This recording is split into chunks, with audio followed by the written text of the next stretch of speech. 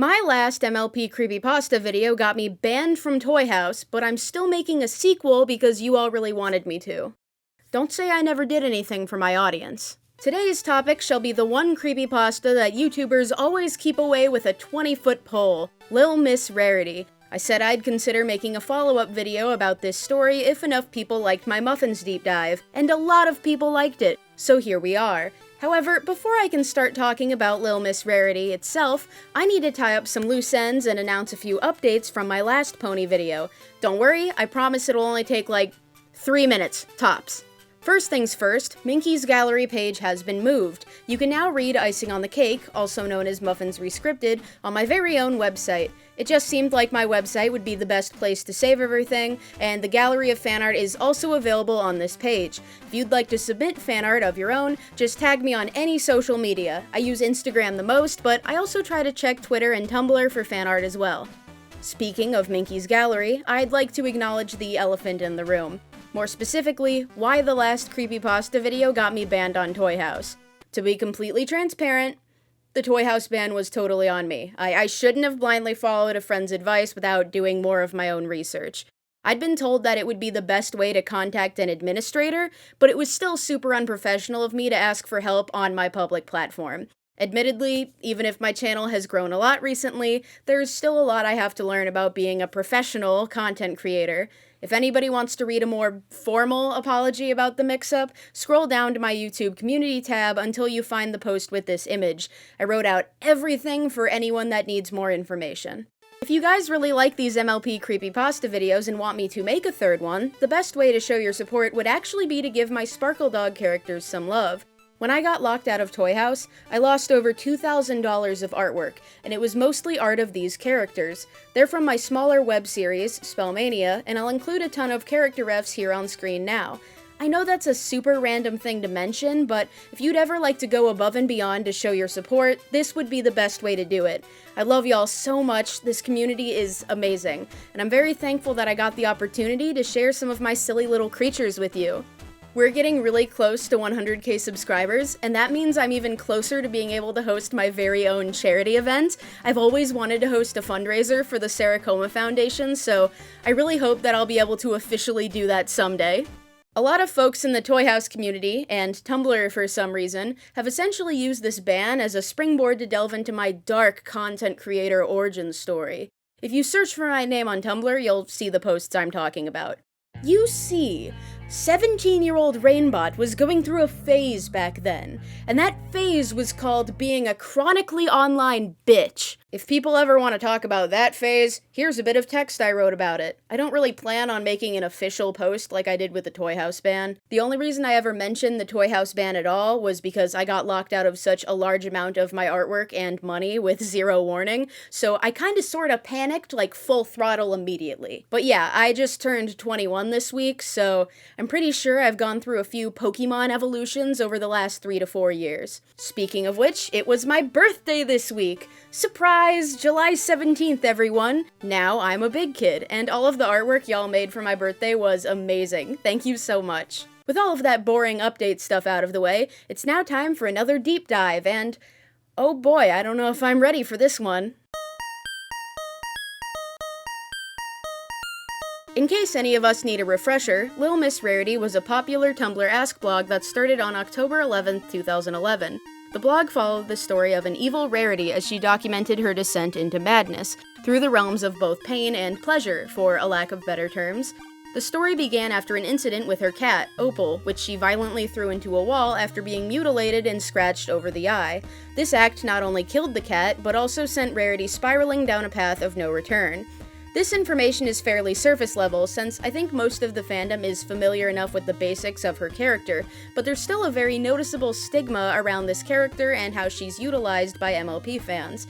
Just like I said in my last video, many people love the idea of an evil main 6, and Lil Miss Rarity just happened to be the most iconic version of the character. Thankfully, most people only included her in these group pictures because of her popular design, not knowing more than the basics about the source material she is derived from. Unfortunately, on the complete opposite side of the spectrum, this character also led a lot of younger fans and kids into discovering that porn exists, since a majority of the early blog was extremely focused on more not safe for work elements of the character. Up until now, I'd been someone who really dislikes Lil Miss Rarity for this reason. From what I'd seen, the character was shamelessly sexualized, often to a graphic extent, and her entire story was ridiculously campy, but not in any fun way like Rainbow Factory or Cupcakes.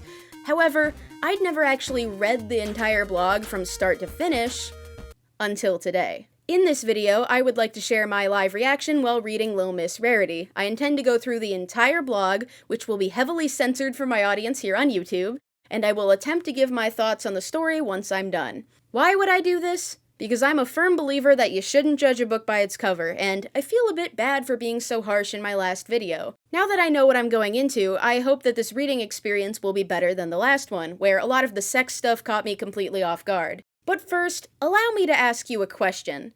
What makes a bad creepypasta? Is there one definitive answer, or does it always boil down to personal opinion alone? When I think about this, I like to consider the Muffin Saga, aka the giant series I covered in my last deep dive. You see, the Muffin Saga is widely considered to be one of the worst MLP creepypastas ever written, and it has a pretty big reputation for being poorly written. It is probably because the story itself not only jumps the shark, but it also takes the shark into the sidecar of a motorcycle and does a kickflip over the Grand Canyon. The Muffin Saga is also painfully repetitive. Nearly every chapter of the story follows the same structure, and very few stories actually give us new substance or plot progression. That, and basically all of the main characters are Mary Sue's by the end of it. The only reason that the majority of the fans stuck to the series for so long was because of the characters, but even then, many of the characters were also poorly written. We don't need to talk about Minkie Pie or Derpy's portrayal in the series, since I'm pretty sure I already covered that extensively in the last video. They're safe now, guys, I promise. See, I have them right here. They're all bundled up and cozy, their story was rewritten, and I lost a fuck ton of money, but it was worth it. I had created this reclamation project for a number of friends and other folks who were deeply affected by this fandom or fanfic growing up, and I am touched to see that it has resonated with so many people. It seems that my project has given a lot of people the closure that they needed, and that is more than enough for me to say that it was worth it. For anybody who does not understand the significance of the reclamation, I encourage you to do your own research, but please do not make this post a place to discuss it. We gotta be respectful. So, what's the difference between the original Muffin Saga and Lil Miss Rarity? Both could be considered to be bad creepypastas, but it's actually for completely different reasons, and I almost feel like it's not fair to put them both under the same label. Don't get me wrong, they do share a handful of similarities, but I'm pretty sure that Lil Miss Rarity is the better of the two by a landslide, and that's coming from someone who actually hadn't read it until today. Lil Miss Rarity was a Tumblr Ask blog created by an artist, who shall remain anonymous in this video out of respect for their privacy, who just wanted to create an edgy fanfiction for fun. I've heard that a lot of the darker elements in the series may have been a form of vent art for the creator, but I don't have any confirmation of that, so I don't want to assume anything. While it's pretty bad that a lot of kids stumbled upon this content, it's very clear that this was never the artist's intention. Furthermore, they've also been through a lot of terrible experiences in the brony fandom due to the assumptions people make about this blog and the negative stigma that comes with it. While it's true that the artist once had a bad reputation for being mean on Tumblr, considering all of the crazy stuff people have said about me on that website, I'm much more sympathetic to the artist's situation. The blog also includes a very important disclaimer that says this story is a work of fiction and should not be considered as anything more. The author of Lil Miss Rarity does not promote violence or anyone hurting themselves, so please seek help if you would consider doing so. I think that this disclaimer was a very good addition to the page, even if it may come off as common sense to most people, because the internet is a very crazy place. After all, we all remember what happened with the original creepypastas online, and that was very bad. On the other hand, the Muffin Saga was a series of stories written by an artist here on YouTube, and these fanfics were actually confirmed to be a form of vent art for the creator. However, the key difference here is a distinct lack of self-awareness. The artist behind Lil Miss Rarity is clearly aware that the story can be a bit silly or campy at times, and it seems like they're able to poke fun at it or tell a joke with their fans. The author of Muffins treats their fanfiction with full sincerity, including various lengthy monologues about how terrible the world is and how lots of people deserve to die. It's harsh, to say the least, and I'm having a hard time talking about this without getting too specific.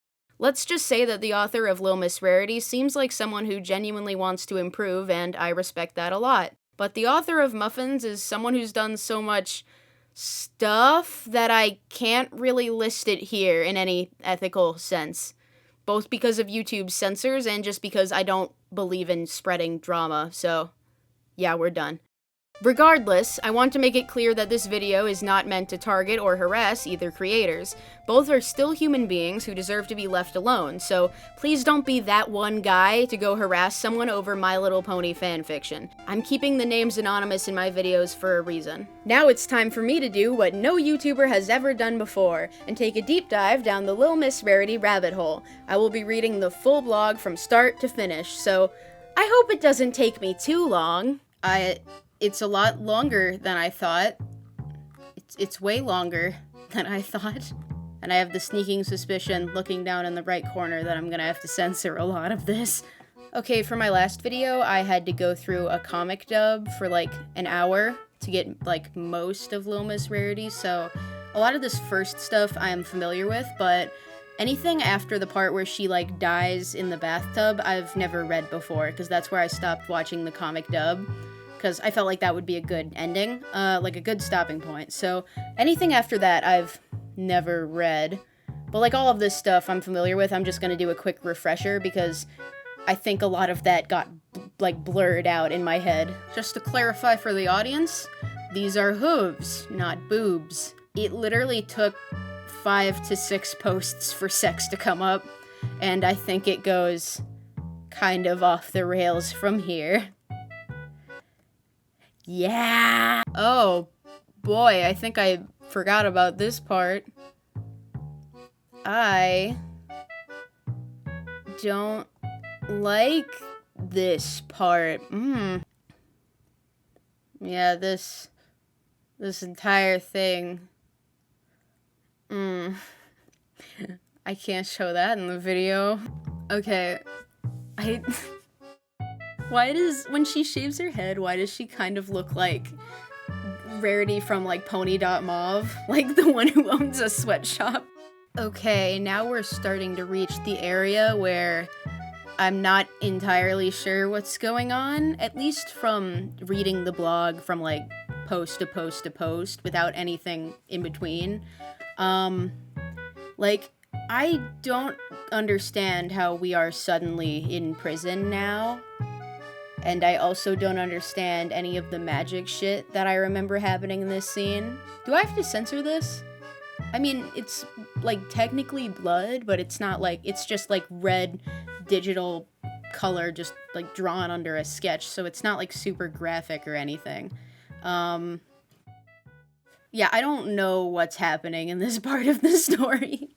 I hope it gets explained later. That I do have to censor. I understand that the doll is alive, but why was the doll inside of her? Not like that. Just went from this, like, which I'm assuming is like walking back from Zecora's hut that we were just at, because her eye turned black, so we're trying to figure out why it happened and why the doll is alive, because the doll is possessed by the spirit of Opal, like the cat she murdered at the beginning, but I don't understand why the cat is possessing the doll she made of Pinkamena, and also how the doll was inside of her, and I also still don't get why her eye turned black. The Zecora thing didn't really explain it. I guess it's a ghost side effect, but we jump from this, like, walking home, directly to this, where her eyes are just buttons. I think we're missing something in the blog archive, because it literally just goes from here to here with no context in between. I think I'm missing, like, context. I feel like there was something in between these two, but it says that this is the whole blog, and I can't find anything else, so I don't know. Okay. You think it's...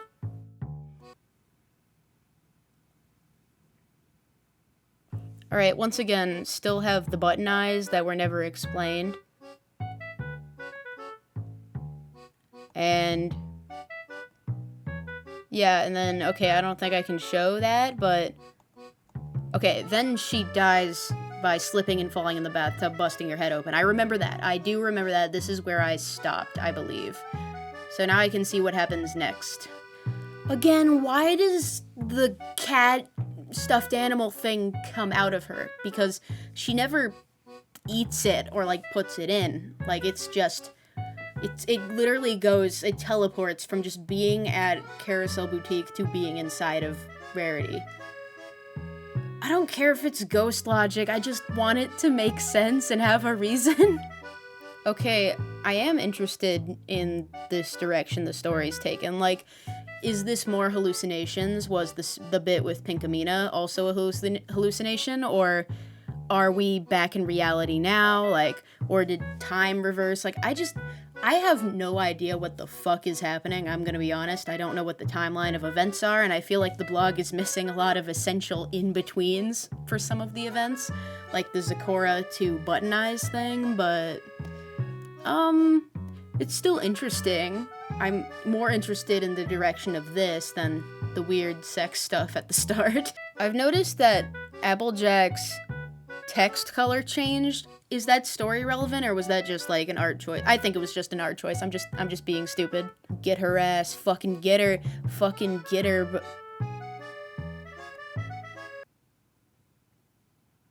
I thought we got away from the sex stuff. Okay, I have a genuine question.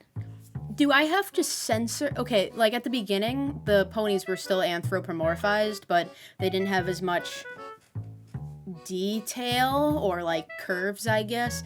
Now that they look like this, like I can see more, like they don't have boobs or anything, but like, do I have to censor that? Like, what level of anthro is acceptable for YouTube? Like, I can't even tell if this is something that should be censored or not. I'm genuinely just confused.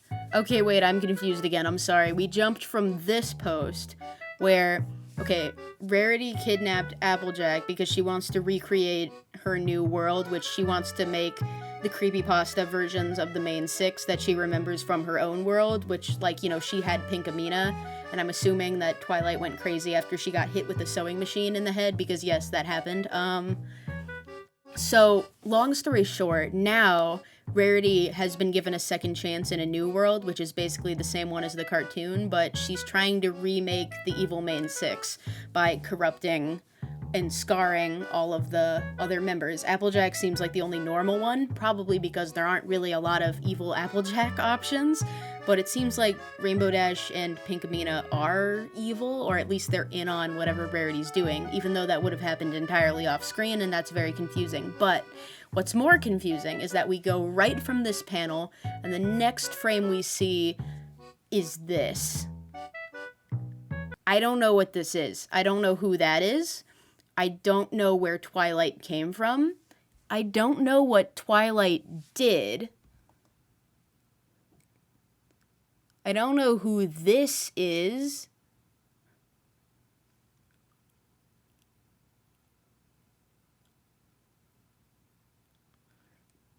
She summoned this guy. I think I'm an idiot, but I don't know who the fuck Malice is, and I don't know what Twilight's doing.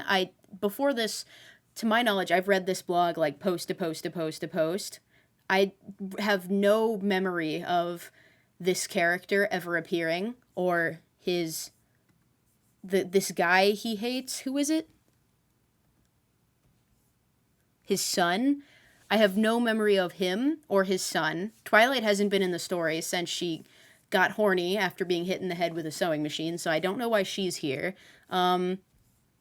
And I don't know what she did.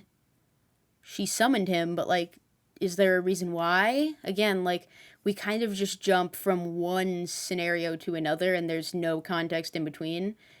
And I didn't get this far in the comic dubs, so I don't know if they have some missing posts, but it says that this is the whole blog. And there are just weird story jumps. Like, look, it goes right from this to this. And there's no context, so I have no idea what the story is right now. And I think I'm only... Okay, look at the sidebar, see that? I'm not even halfway through, and I already don't know what the fucking plot is. What is that? What is that? Okay, Applejack got knocked out of Carousel Boutique, but it wasn't by Minkie Pie or Rainbow Dash, it was by Satan. Who is that? Is that his son? Okay, because he's never been mentioned before now. Is that who Opal was? If so, why did they call it Opal all this time? Yeah, me too. I don't know what the fuck's going on. My son, Abaddon, he seduced your friend Rarity or whatever, and she gave birth to him and died. Long story, I'm sure she has a blog about it somewhere. That did not come across in the blog at all, actually. I have many questions. Alright, Rarity's alive again. Yay.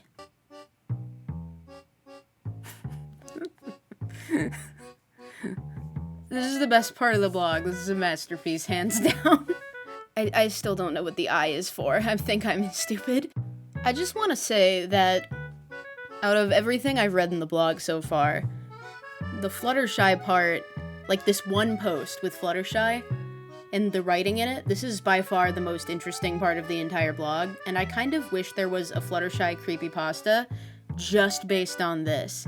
Like if I do a third video about MLP Creepypasta, like a threequel to this, I guess, I'd kind of want to do Fluttershy next just because I really like this idea. I don't know, it's cool.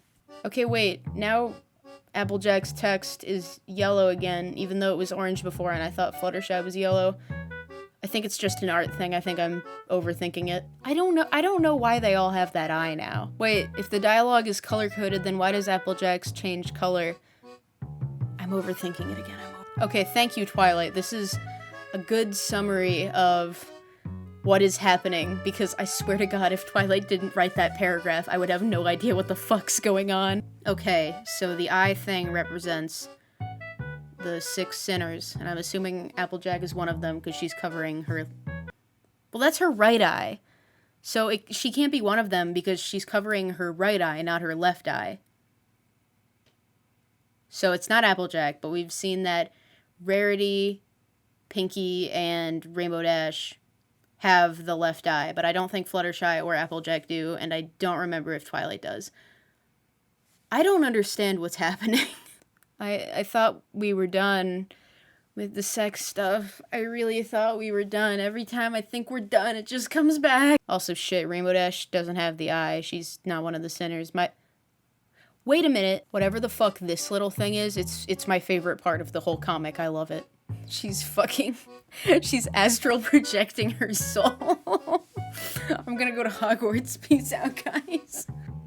I mean, I can't say I know what's happening anymore, but I can definitely say this is pretty interesting, at least. Oh hey, it's in the bag, it's the pony.mov Twilight. Oh my god. Oh my god. It's so fucking cute, I wanna hold it. I like this new art style, like, a lot. Like, this is a nice art style. It's very expressive, and it's much cleaner than the original, but it still keeps the same, like, vibe that the blog has had over the last few years. I really like this new style. I did it! I read the whole blog. It only took almost 2 hours. Let's go! In conclusion, I was gonna do a story summary here, but I kind of don't know how to do that because so much confusing shit happened and I feel like some of the posts might be missing.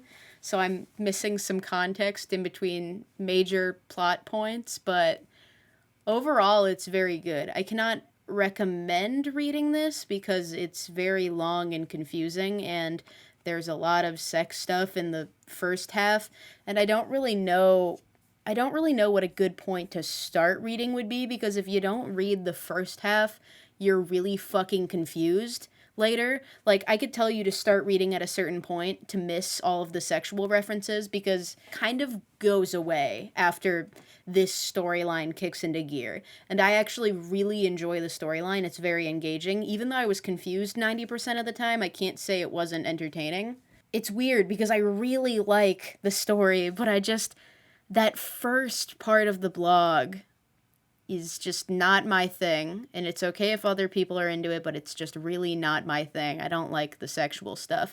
Once it gets into the actual story after that, really good. Like, they make a few sex jokes. I remember one actually made me laugh at some point, but, like, all of the graphic stuff stops after the first storyline, and like the dimensional stuff kicks in, but so if you want to read it, it is a good story, and I won't spoil it too much for you here because even if I tried, I would not know how.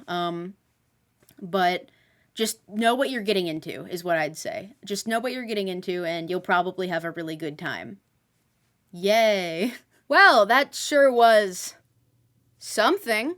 I'm still not entirely sure how I feel about it, but I do know one thing for certain. I'm going to rewrite it. That's right, everyone. Just like I rewrote the Muffin Saga, I will be rewriting Lil Miss Rarity. However, I want to clarify that this is not a reclamation project like Icing on the Cake, also known as Muffins Rescripted. Icing on the Cake was created to give people closure and reclaim a character from a creator who makes a lot of people very uncomfortable. My take on Lil Miss Rarity is nothing more than a rewrite I'm just making for fun. Just like how when I designed Beelzebub from Hill of a Boss, that was just for fun. I actually like her design, it was just me goofing around because I like that stuff. So, what happens in my version of the story?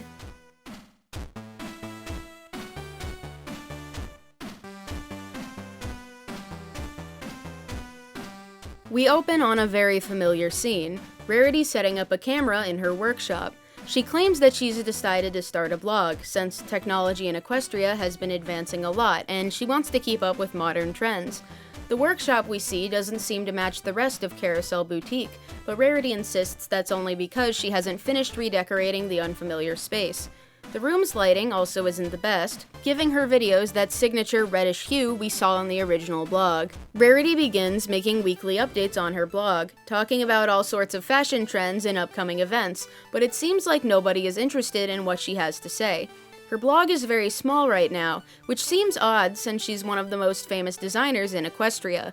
How could more ponies not know about her online page? Eventually, one of her few followers asks if they could see Rarity's cat, who she's mentioned a few times now. Rarity is oddly hesitant, but when she sees how much traction the suggestion is getting, she still promises to bring in Opal for her next blog post. As promised, the next update is a video of Rarity showing off the cat, but something seems off. Opal is hissing and writhing around in her grasp, as if she doesn't want to be here at all, and the feline eventually scratches Rarity over the eye before pouncing at her computer and ending the feed. When she gets back online later, Rarity is apologetic for the incident and feels ashamed by her newly formed scar, but she's quickly taken aback by the large amount of support her followers show. They all say she's still beautiful, even with her scar, and they claim that she's very brave to show her true self on the internet. This incident causes Rarity's following to grow, and she quickly becomes a much more popular blogger. Soon enough, hundreds of people are watching Rarity's weekly updates, and the demand for content has grown so high that she eventually starts posting every day and doing live streams for her audience. Ponies shower her with praise during each stream, saying that Rarity is much more genuine than other famous designers. She wears makeup to cover her scar in public, but online, she shows her true self to her more dedicated fans. One day, Rarity is doing another live stream when she notices that her view count has been steadily going down. When she asks why, her followers claim that they've already seen what she has to offer and they aren't as interested anymore. When she points out her scar again, hoping to reforge the passion and praise of her digital fans, they remain unenthusiastic. The scar is old news. Becoming panicked and desperate for approval, Rarity asks her viewers what she should do. Some suggest various fashion trends or DIY projects, but one comment stands out among the rest. Do it again. This confuses her, so she asks for clarification. Do what again, exactly? What do you mean by that? You know, it! Do it again! The scar on your face is old news, sure, but what if you showed us a new one? Rarity was appalled. Are you suggesting that I mutilate myself in front of my audience to get more views? I'm not suggesting, I'm telling you to do it. After all, if it worked once, maybe it'll work again. Rarity sits in silence for a moment, weighing her options. Eventually, she leaves her computer and moves across the room. The workshop is silent, the viewers watching and murmuring in confusion amongst themselves. Rarity stands at her dresser, considering putting an end to her blog altogether, but she stops when her dresser's mirror shows her the computer screen again. At the mere mention of a new scar, her viewer count has doubled in minutes, with everybody watching on in anticipation, anxious to see if she really does it. Making her choice, Rarity rummages through a drawer. She returns to her computer with a pink-handled knife. I am Rarity, famous fashionista and friend to all, but more than that, I am the element of generosity. How could I live up to my element's name if I denied so many requests? Without any hesitation, she decides to cut a new scar into her chest in the shape of a diamond, one that matches her elemental necklace. The blog continues to post and stream regularly, but with a much darker twist. Viewers can now donate money to suggest new scars or ask vulgar questions. Rarity thrives off of the attention, gladly turning her own body into a bloody canvas at the whims of her audience. Along the way, she begins to fantasize and ramble about a pony she admires, Pinkamena Pie. Her viewers are initially taken aback by her ramblings, but they quickly get into it and join along. Rarity talks about how Pinkie Pie always wears a mask in front of everyone, but she's seen past it. Rarity knows the real Pinkamena, and Rarity is obsessed with her. On the day of the Grand Galloping Gala, Rarity begins to grow distraught. Her viewers are expecting her to look amazing, of course, but they quickly become more interested in the grudge she holds against one of the other designers attending the event, Percy Pink. When prompted by her followers, Rarity explains how she had always been stood up by Percy Pink. For years, they always competed in fashion shows, but Percy won every single time. Now, when the princesses were choosing a designer for their gala dresses, there was a contest held. The princesses wanted the results to be fair, so the entire city of Canterlot would be voting to decide the winner. Rarity was on a path to win, finally able to achieve the dream she's had since she was a filly, but she is thwarted by the arrival of Percy Pink. You see, Percy's wagon had a broken wheel, and she got in an accident on her way down to the competition, injuring her hind legs. Even though Rarity had the superior designs, the civilians felt touched by Percy's story, giving her an overwhelming number of pity votes to secure her win. It wasn't fair. Rarity should have won. She worked so hard for that contest, yet she lost again to her old rival. Then, Rarity's fans suggested something scandalous. They tell her to go get revenge by ruining Percy's speech at the gala, and she's so overtaken by hatred that she quickly agrees. The next morning, newspapers are flooded with stories and pictures about the scandal of the century. Rarity, an element of harmony and protector of Equestria, violently attacked her fellow fashion designer at the Grand Galloping Gala. Papers also report that Rarity was covered in scars, and she escaped the scene after being hit by a blast of magic from one of the guards. At the same time, Rarity's blog is thrust into the public spotlight, suddenly skyrocketing into virality as her videos quickly garner thousands to millions of views. Now everybody in the world knew about Rarity's little blog, and they were all waiting to see what she'd do next. After a short period of silence, Rarity starts another live stream. This time, she's actually in the main room of the Carousel Boutique, even though she'd previously never filmed any videos in this area. She has a knife with her, informing the audience that Sweetie Belle should be home from school any moment now, so she's waiting to give her sister a surprise. The stream also reveals that one of Rarity's eyes has become black and infected with magic, as a side effect from magic scarring her eye, and it's the same one from where her very first scar had appeared. Rarity grows manic, asking the camera if she's still pretty. Will they still love her the same? Is she still good enough for her beloved Pinkamena? Her rambling comes to an end when we hear the door handle begin to turn. She grins, eagerly whirling around to face the newcomer, only to be met with a shocking sight. In the doorway stands Rarity, the real Rarity, who is accompanied by half of Canterlot's royal guard. Let's go back in time a little bit. 6 years ago, there was a scandal. An element of harmony was found with dead bodies and skeletons in her basement. This pony was none other than Pinkie Pie, element of laughter, who was quickly taken into custody by the royal guard. Days after the incident, investigators arrive at the doorstep of a Ponyville resident who lived close by. This pony was named Lil Vogue, a small-town fashion designer who had moved to Ponyville after failing to make it out in the big city. They question her about the crimes of Pinkie Pie, but it's evident that she doesn't know anything, so officers turn to leave. However, Vogue asks them a question before they go. "Why did you come to my house? I've only just moved to Ponyville, and I hardly knew Pinkie Pie at all. Why interrogate me out of everyone in town?" Hesitantly, the officers reveal the reason why they'd spoken to her. You see, Pinkie Pie kept a list of who her next targets would be, and before she'd gotten arrested, the only pony next on her list was none other than Vogue herself. Appalled, Vogue nods along as the officers wish her well, but she can't stop thinking about it for hours after they go. Why her? Why not anyone else? She'd hardly known Pinkie Pie at all, but she was going to be her next victim? She had to know why. Reluctantly, Vogue shows up at Canterlot Prison during visiting hours, deciding to speak with Pinkie herself. Pinkie Pie's trial will begin soon, and most ponies are certain she'll be the first to end up on death row after centuries of peace. Pinkie Pie almost doesn't recognize who her visitor is, but when Vogue says her name, her eyes light up in recognition. "Oh, I remember you! You're that new pony who moved in last week." When Vogue asks why she'd been next on Pinkie's list, the mayor only smiles and leans in closer. "Well, I can't just give you that information for free, you know. Private investigators across Equestria would kill to get that sort of answer.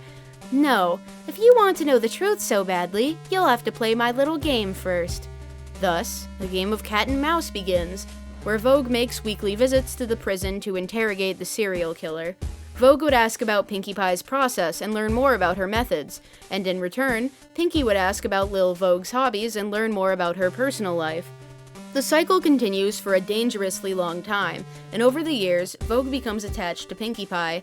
She can't seem to stop visiting her, so she continues finding new reasons to go, even long after she'd realized she'd only been the next victim completely by random chance. She had been sick of losing contest after contest to her rival, feeling creative burnout whenever she'd try to design, but something about Pinkie sparked something inside of her. In some twisted way, it was almost like they were friends. One day, Pinkie mentions that Vogue is a lot like her old friend, Rarity, but she isn't nearly as talented. In fact, Vogue also looks a lot like Rarity, as if the two could be mistaken for twins on a rainy day. Vogue feels saddened by this information, afraid of falling into yet another designer's shadow, but she perks up again when Pinkie clarifies, "You could use that to your advantage." It's been 5 years since they first began these meetings, and Equestria is finally starting to use more advanced technology, including computers and the internet itself.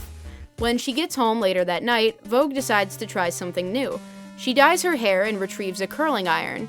The color isn't exact, since she could only afford cheaper dye, but it was enough to get the job done. In addition, she covers her cutie mark and begins painting over it. Then, she sets up a new blog on her computer, claiming to be none other than Rarity herself, and we know what happens after that. As time goes on, Vogue begins to see Pinkie Pie everywhere, as if she's being followed everywhere she goes. Late at night, she even sees the mayor watching from the forest outside, as if she's waiting for Vogue to run away with her. She's never had hallucinations before, but what else could it be? Is she going mad? 1 year later, the Grand Galloping Gala rolls around, as does Pinkie Pie's scheduled execution. Knowing that this meeting will be their last, Pinkie lets Vogue rave and rant about her frustrations with Percy Pink, her fashion rival since Fullhood. Just as their meeting nears its end, Pinkie Pie speaks her final words to the mayor. "If your fans want you to take what's rightfully yours, what reason do you have to deny them?" Just like that, the rest was history. Panicked by the sudden arrival of the guards, Vogue throws Rarity's fainting couch at the group and races farther into the boutique, taking her precious camera with her. Rarity is still shocked that someone broke into her house, mortified that Sweetie Belle could have gotten hurt, but a friend arrives to comfort her. It's Apple Bloom, who is now 16 years old and acting as Celestia's second student. To protect Equestria from other violent criminals like Pinkamena, Apple Bloom has agreed to work with Derpy Hooves and Minkie Pie to form the MAD. They chase after Vogue with the Royal Guard, but they can't seem to find any trace of the mayor in the boutique. The only evidence left behind is the camera lens laying near the back door and a shattered lock. When Vogue comes to her senses, she discovers that she has been rescued from the guard's capture, waking up in a cave in the Everfree Forest. This is the cave of the Mirror Pool. When she looks towards her savior, Vogue is shocked to see none other than Pinkie Pie herself, but something seems different. No, this isn't Pinkie Pie. It's one of her clones from the Mirror Pool, who had escaped many years ago.